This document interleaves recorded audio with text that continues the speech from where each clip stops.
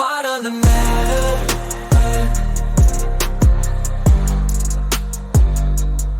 Heart on the matter.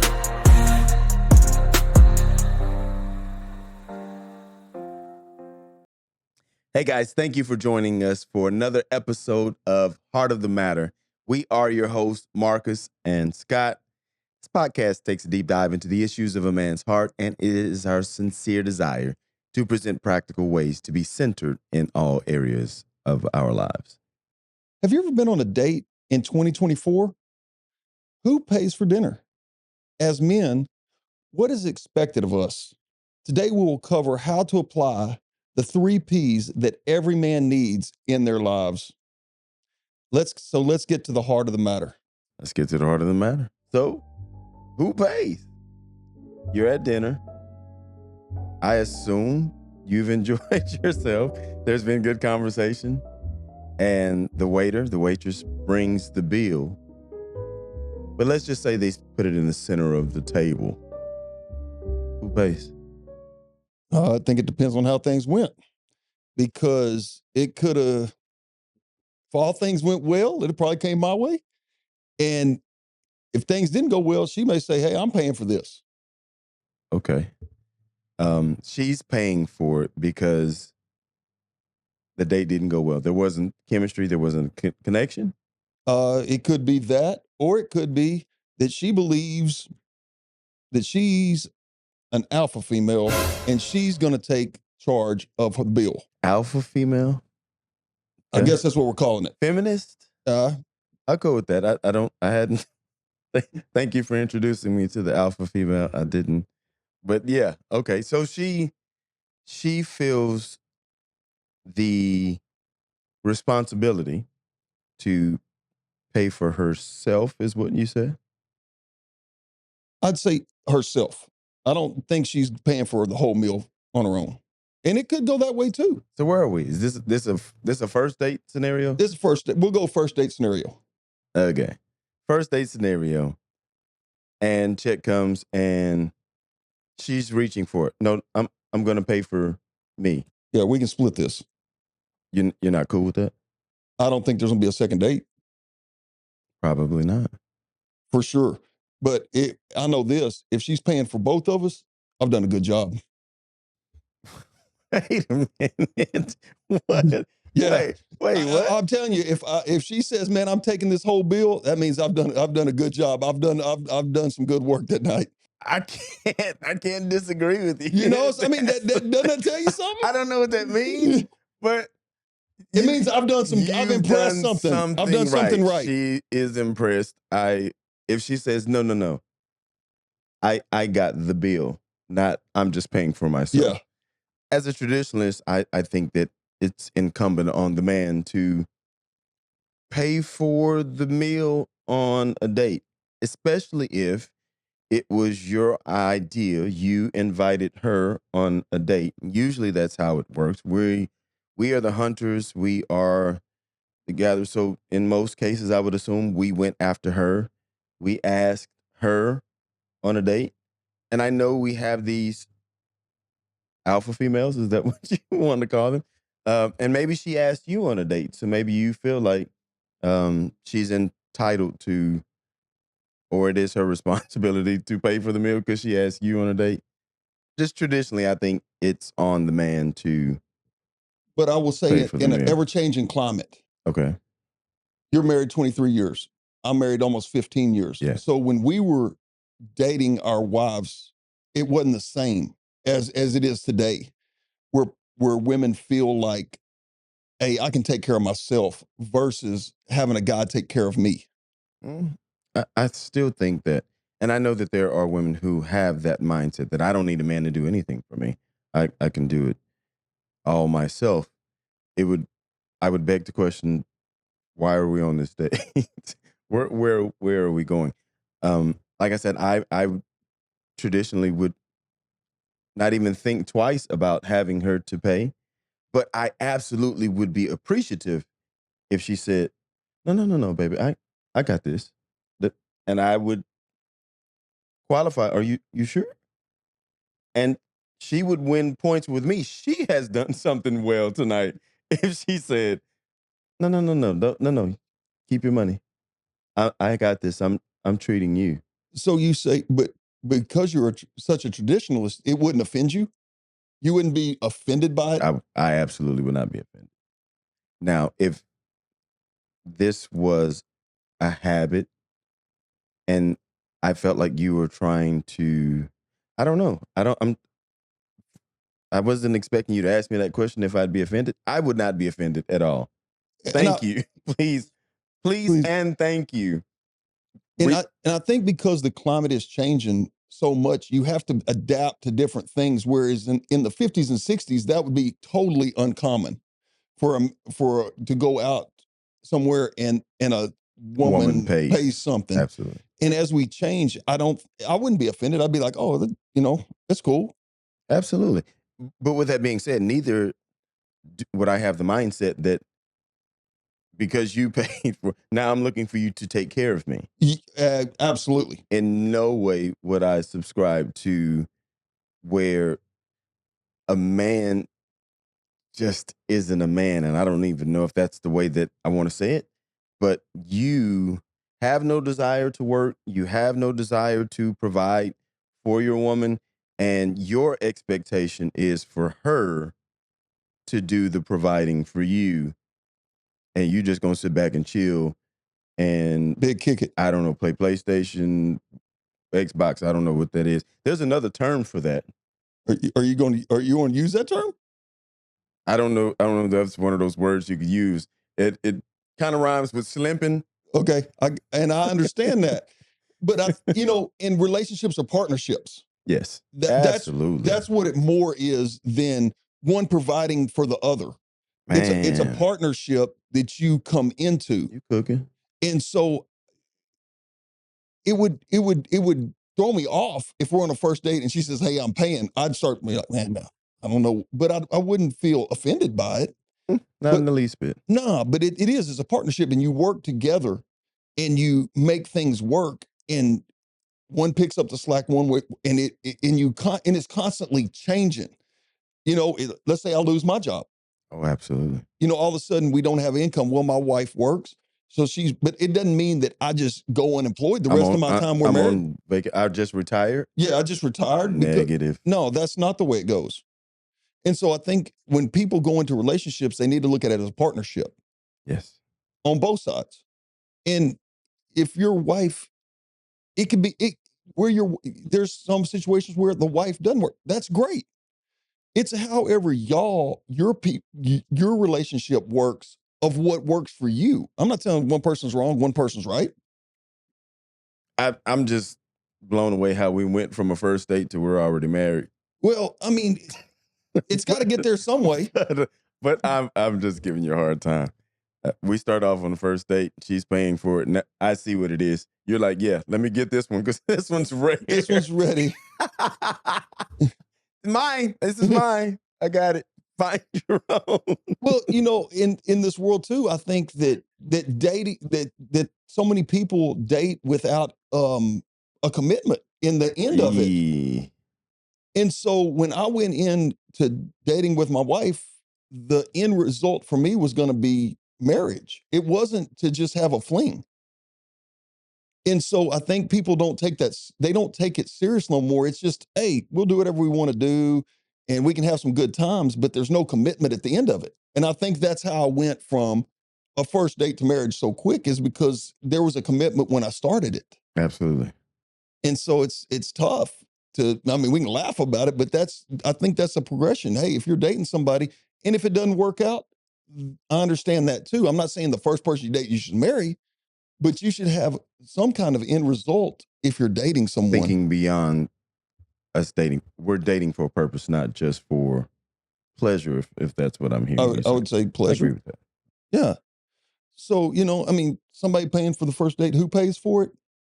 It's kind of how the situation deems itself. Have you happened to see the situation going on about the Olympics? They had a breakdancer whose name was Raygun. And I'm sorry. to say the least, um, it was quite an experience to see her in the breakdancing competition. And it's turned to a point of where it seems like she's being bullied by social media, by the people that are attacking her.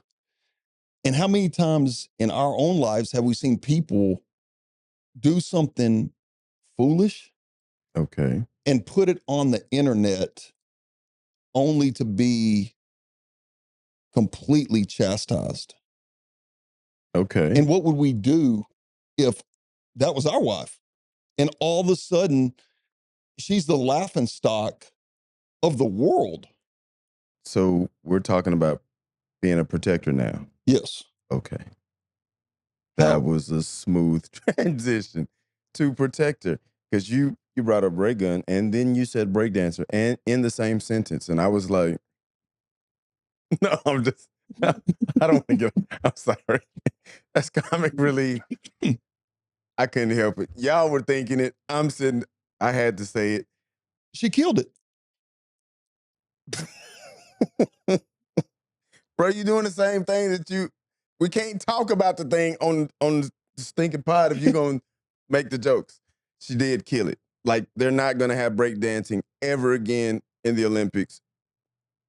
I'm not saying that's her fault. I'm just saying she killed it. So seriously, she goes out there and she gives this effort. To the point where you said she's Attacked. being attacked, bullied.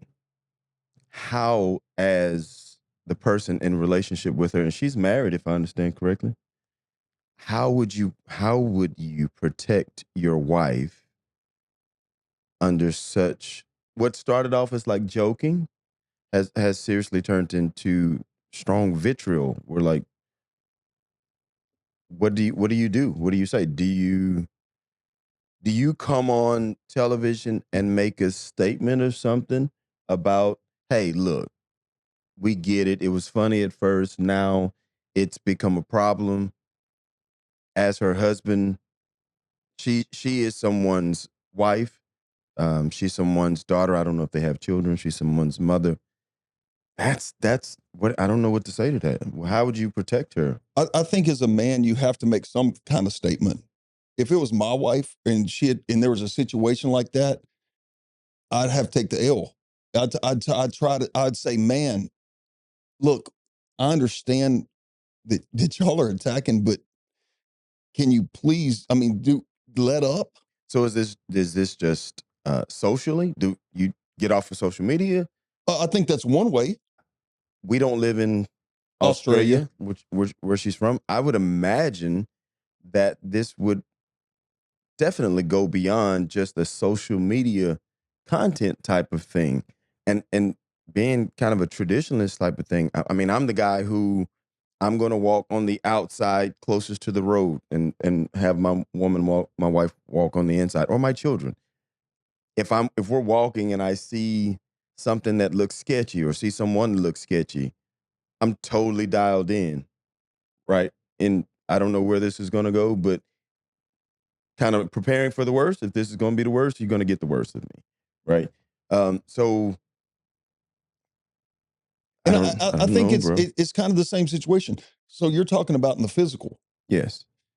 We're talking about in the digital age. Okay. It's the same thing. And I think for me, this is a good way to transition and show my kids how fast things can change when you're not paying attention to what you're doing, and all of a sudden something gets uploaded and you're being bullied.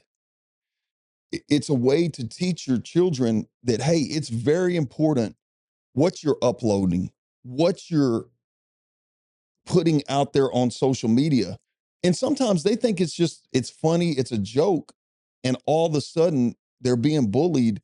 And bullying with kids is a huge thing right now.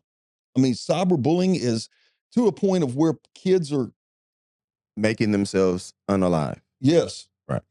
In a way, you never know what can be taken and used negatively. I can almost 100% assure you that in the incident that you brought up with Reagan, she had no expectation of being ridiculed to this level of, now we're calling it cyberbullying. I can guarantee you, and I didn't really want to make it so much about her, because I think that there were several different checkpoints that somebody bypassed or allowed someone through to get to this level of exposure, this worldwide exposure, for things to get this bad. Well, and that's how you can transition it to your kids. Because like you said, there's checkpoints that could have been done. We have to be continually checking in with our children. And don't think that they're going to tell you everything. Well, absolutely. They're never going to tell you everything, but you got to see those signs. And you at least have to be intentional about talking with them. Absolutely. And just always seeing where they're at. Hey, is their emotions changing? Hey, does it look like they're not being who they are? Is something going on? And you just navigate it like that, because me and you didn't grow up in the digital age. There was no internet when we grew up. No, there wasn't. And so we didn't have that. I mean, we could have a fist fight and the next day we'd squash it normally. Nowadays it's not like that. Don't fight you. They will fight you with words and they'll try to cancel you and all this stuff that I really don't understand. Let's say one of your daughters got into a fist fight at school. As the father, how do you protect her going forward from there? Because that incident may end up snowballing into this social, because somebody probably had their phone out, they're recording it, and then they're uploading it. And now what would have been in our age, something that we dealt with, and then maybe the next day we talk about it and we squash it or whatever. Now it lives forever and is continually being reminded of The incident. Yeah. So I think it starts very young of lifting them up and letting them know how important they are outside of a digital life. they have to understand that it isn't their only reality. Because for us to say that it isn't reality is only looking at it through our lenses. Mm-hmm. Because for a lot of them, it is absolutely Yes. their reality, because it is where they live. So I think that it is our job as the protector to bring them from that world and remind them of what is absolutely real, what is real life. And I think what you're saying is building a sense of self-worth in them, as a sense of self-worth, Mm-hmm. where your self-worth isn't tied into whatever online persona that you have, or you are much bigger than your social media presence. Sidebar. I think we all still have some growing to do. And my wife, at whatever her age is, if you ask her, she probably doesn't know how old she is. But I just didn't want to say how old she is. But she sometimes still looks like a teenager. And she talks about she would put her hair in a ponytail and she's going to that school. So that's probably not the right response at all. And I tell her that all the time. But she always talked about beating up somebody else's kid. I think that in a lot of ways, we've already built the foundation and what we put in our children. So it is the affirmations and reaffirmations that have to be constant to remind them of who they are, and to continue to give them that self-worth, where they can be, and probably most likely would be, upset with an incident. I've seen it, but they aren't to the point where they're going to stay there and make that their only reality. And I think for me, I want my kids to stay kids as long as they can. And I know they're going to be exposed to the world and they're going to have problems at school. I don't think life is perfect, but man, I preach to them, man, stay a kid as long as you can. Don't get ahead of yourself, because man, I promise you this world's coming at you. So then we're into the preparing, and I think we were kind of segueing Yeah. into as a protector, part of that is preparing them. I say the same thing. Enjoy being a child. while you're a child because you're going to have way more years as an adult than you did as a child, and you can't go back. So there's no need to try to rush into being an adult. Back in the day, they used to tell you stay in a child's place, Yeah. oftentimes without giving you much context of what that meant.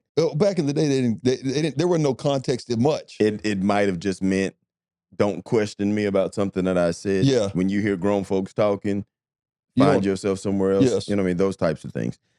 But um, staying a child while you can be a child without putting so much pressure on yourself or responsibility, I think, as the man being the provider, the protector, and the preparer, it is our job to remove a lot of the responsibility from them And the pressure. and the pressure, but at the same time, finding that balance to prepare them for the fact that you won't always be a child. And that, yeah, that's so important because I tell my girls that sometimes. Look, I'm not going to be here forever. You don't have to be ready for the world yourself because nothing's promised to us. I said, but and then I want to tell them at the same time, hey, stay a child. So there's this So there's delicate balance that, of how that we're trying to do. do this, and it's Yes. so hard. And one thing I try to do personally is share the experiences that I've had in my life where I've made some utter failures. Absolutely. I mean, terrible failures, and say, hey, you're going to make mistakes. That's guaranteed. But here's some advice of how you can navigate some of these things so you just don't go completely off the tracks. And understanding that as individuals, they will have to make their own mistakes, and mistakes aren't so horrible in that they're final. Hopefully, most mistakes are not, and that regardless to what you do, you're still going to have this support system. You're still my child, and I may not agree with you, and we may have to make some corrections, but I'm never going to leave you. Right? And I think that's one of the most I got important you things back. right there is letting them know that, hey, man, I got your back. No matter what, I'm not going to stop loving you. There may be some discipline involved and there may be some hard feelings, but I love you. And the discipline comes from, hey, you can't do this again. Right. Learn from the mistakes that learn from, number one, learn from the mistakes that I made. And then when you make some, learn from it. Don't just continue on in it. Yeah, I agree with it. And when you say that, learn from the mistakes that I made, I often share a lot with my children. I don't try to present this holier than thou. I got it all together. And no, this, first off, is just not reality. But at the same time, understanding that I tell them all the time, you can learn one or two things from anybody, either what to do or what not to do. And it really just depends on how you are framing that. And you may not have to experience everything that Scott experienced if you just listen. But sometimes, and I think it is just the fallen nature of man, you may know that something is not right, but there's something in you that says, let me just see. I got to try this. And hopefully grace will cover you to a place where you get to learn that lesson like, oh, no, that's not for me.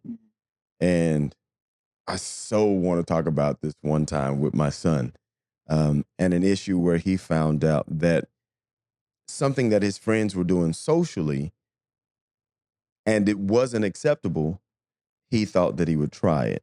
And how it turned out for him, it was minor.